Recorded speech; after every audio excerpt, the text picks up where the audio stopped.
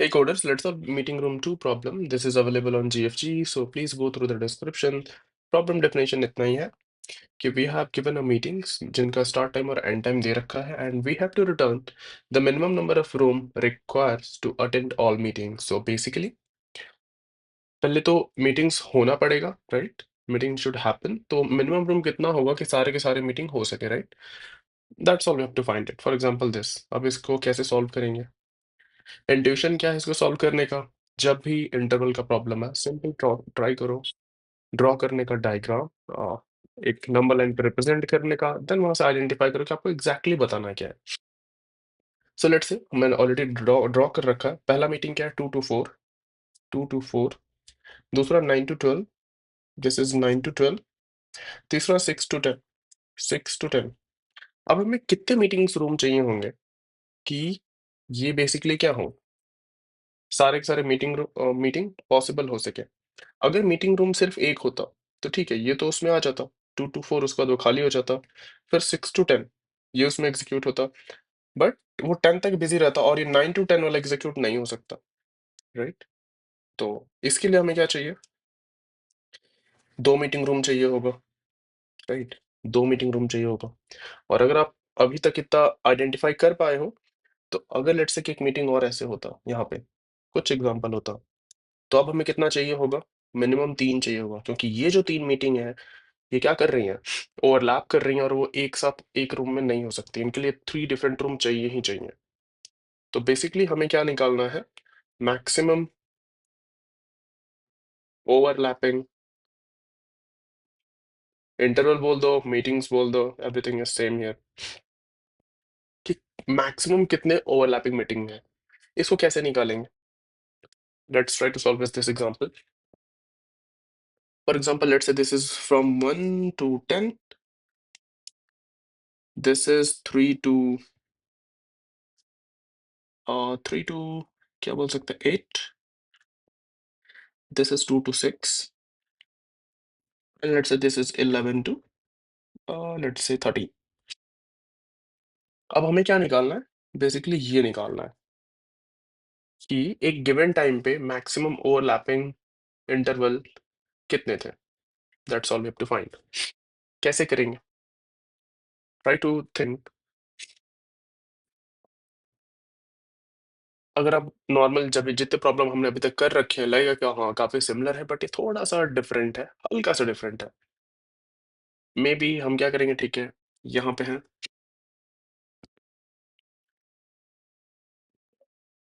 मैं क्या, अगर ऑब्जर्व हम कर रहे हैं तो ये सारे के सारे इंटरवल भी क्या सॉर्टेड ऑर्डर में है। तो जो जिसका स्टार्ट टाइम सबसे कम वहां से स्टार्ट करेंगे। तो इसको इसको होने के लिए, इस मीटिंग को होने के लिए हमें एक मीटिंग रूम चाहिए, राइट? अगर मैं अकाउंट मेंटेन कर लूँ, एक मीटिंग रूम चाहिए। उसके बाद आएगा ये, और ये क्या हो रहा है, इससे ओवरलैप कर रहा है, ओवरलैप कर रहा है। तो काउंट हमारा बढ़ के क्या हो जाएगा, 2 मीटिंग रूम चाहिए। देन तीसरा देखूंगा तो ये भी इससे ओवरलैप कर रहा है, अपने पिछले वाले से ओवरलैप कर रहा है। अब पिछले वाले के लिए हमारा काउंट क्या था, 2 था, तो ये हो जाएगा 3। और एक रिजल्ट मेंटेन कर लेता हूँ मैं, एंड रिजल्ट को हमेशा किससे अपडेट करता रहूंगा, maximum of result comma account, and then उसके बाद क्या होगा, दैट इज फाइन। जब यहाँ पे आएंगे, ये तीनों का काम हमने कर लिया, जब मैं यहाँ पे आऊंगा तो ये अपने पीछे से ओवरलैप नहीं कर रहा, तो उस केस में मैं अकाउंट को क्या करूंगा, इंक्रीज नहीं करूंगा, काउंट को वापस से 1 असाइन कर दूंगा, ताकि ये अगर फर्दर किसी से ओवरलैप कर रहा हो तो ये वो भी हम कैलकुलेट कर सके। बट ये अप्रोच इट वोंट वर्क। क्यों वर्क नहीं करेगा वो हमें समझने की जरूरत है। लेट्स से कि हमारे पास एक ये है, दूसरा ये है, और तीसरा ये है, समथिंग लाइक दिस। तो मैं स्टार्ट करूंगा इससे, इसके लिए मुझे एक मीटिंग रूम चाहिए, इसके लिए 2 मीटिंग रूम चाहिए, बट इसके लिए वापस से ये अपने, अगर हमने इसको स्टार्ट इंडेक्स के ऑर्डर में सॉर्ट कर रखा है, तो मैं इसको इससे चेक करूंगा, राइट?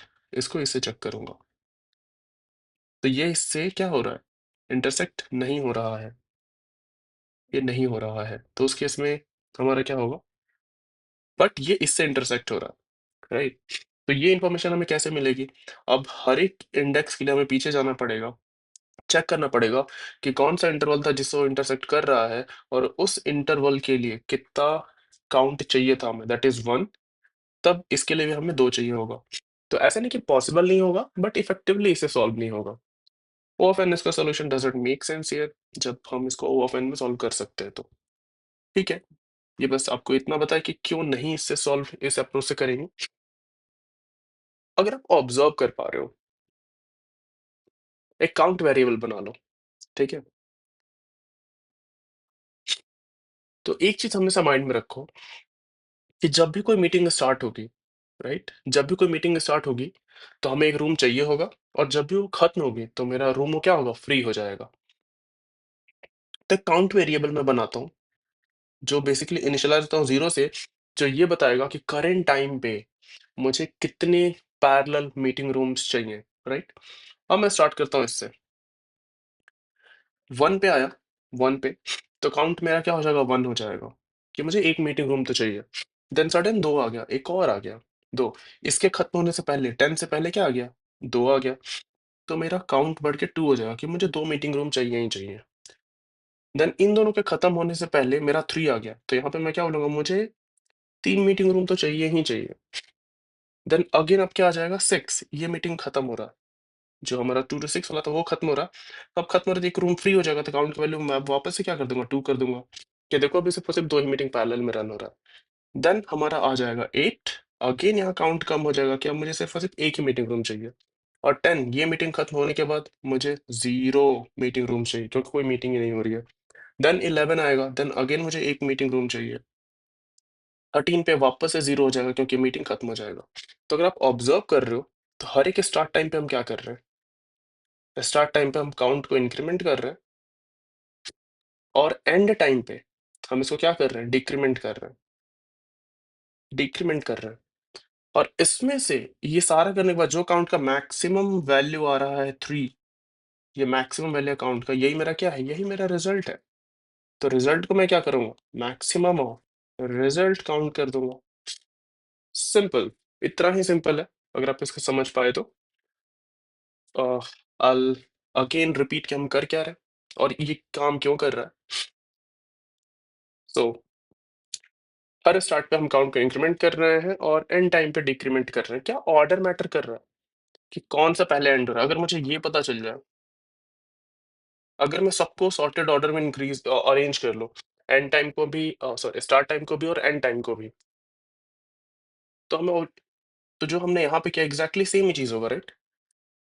अगर एक एरे बना लो जिसमें स्टार्ट टाइम और एंड टाइम को इंसर्ट कर लो, राइट? और हर स्टार्ट टाइम के लिए मैं क्या करूँ? एक +1 काउंट को बढ़ा लूँ और एंड टाइम के लिए -1 कर लूँ। तो करंट टाइम पे जो भी सबसे बड़ा काउंट आएगा ना, वही मेरा आंसर होगा। आई होप कि इससे ज़्यादा एक्सप्लेनेशन की ज़रूरत नहीं है, इतना एक्सप्लेन भी करने की ज़रूरत नहीं था, अगर वन्स आपको समझ में आया मैंने क्या बोला तो। तो I will just directly implement it, try on your own first. तो पहले मैं क्या करूँगा, इसको इम्प्लीमेंट करने के कई सारे तरीके हैं, राइट? कई सारे तरीके हैं, ये जो हम अचीव कर रहे हैं यहाँ पे, आप इसको कई तरीके से इम्प्लीमेंट कर सकते हो इस चीज़ को। आप सिंपली क्या कर सकते हैं, एक पेयर का एरे बना लो, पेयर में क्या करो? स्टार्ट टाइम और जहाँ-जहाँ स्टार्ट टाइम है उसके लिए 1 इंसर्ट कर दो, एंड टाइम के लिए -1 इंसर्ट कर दो एंड उसको सॉर्ट कर लो इंक्रीजिंग ऑर्डर में based on the first and iterate करो और सिंपली जो सेकंड है, ओके, आई डोंट नो आपको कितना समझ में आ रहा है जो मैं बोल रहा हूँ। लेट मी आप क्या करो, एक पेयर बना लो, 2 के लिए 2 1 9 1 6 1 एंड नीचे के लिए 4 -1 12 -1 एंड 10 -1, क्योंकि एंड टाइम थे। इनको एक एरे में डालो, इनको एक एरे में डालो, ओके? और एरे को सॉर्ट कर लो किस पे? पहले नंबर के। तो क्या हो जाएगा? 2 1, देन 2 के बाद क्या आएगा? 4 4 -1, then 6 1, then 9 1, then 10 -1 and then 12 -1। ये हमारा एरे में सॉर्ट होके आ जाएगा, राइट? एक काउंट मेंटेन कर लो, जो कि सिर्फ इनको ऐड करते जाओ। काउंट यहाँ पे 1 हो जाएगा, यहाँ पे आगे -1 0 हो जाएगा, यहाँ पे 1 हो जाएगा, यहाँ पे 2 हो जाएगा यहाँ पे, 1 हो जाएगा यहाँ पे, 0 हो जाएगा। इसमें से जो मैक्सिमम है this will be our answer. ये कर सकते हो, बट इसको 2 पॉइंटर से मैं और बेहतर तरीके से इम्प्लीमेंट करूँगा। That will be most effective one. तो पहले तो ऑब्वियसली हमें स्टार्ट और एंड को सॉर्टेड चाहिए तो सॉर्ट कर लेता हूँ। Start dot begin, start dot and, sort कर लेते हैं एंड, बिगिन से लेके एंड को, एंड तक। वाओ! एंड नाउ हम क्या करेंगे, एक आई वेरिएबल बना लेते हैं, जे बना लेते हैं 0। आई बेसिकली स्टार्ट के पॉइंटर को पॉइंट करेगा, जे एंड के पॉइंटर को पॉइंट करेगा। एक काउंट बना लेते हैं, आइटन काउंट, इंट काउंट, काउंट बना लेते हैं, इंट एक रिजल्ट बना लेते हैं, और इस रिजल्ट को हम रिटर्न कर देंगे। That will be our answer. while I is less than start dot size and j is less than end dot size, जब तक ये है, what you have to do is if start of I is less than end of j, अगर ये मतलब हमारा start जो है पहले आ रहा है एंड के, तो मैं काउंट को इंक्रीमेंट कर दूंगा, राइट? काउंट को इंक्रीमेंट करूंगा और आई को बढ़ा दूंगा। एल्स मैं जे को इंक्रीमेंट कर दूंगा, और जे को इंक्रीमेंट करने से पहले काउंट को सब्ट्रैक्ट भी कर दूंगा, J plus plus, and result is equal max of result count. So perfect, इतना ही था जो हमने डिस्कस किया था। जो हमने वहां पे एरे को सॉर्ट किया था +1 -1 के साथ, मैंने यहाँ क्या किया, 2 पॉइंट से मेंटेन कर लिया, बेसिकली सॉर्टेड ऑर्डर मेंटेन करके आगे मूव किया।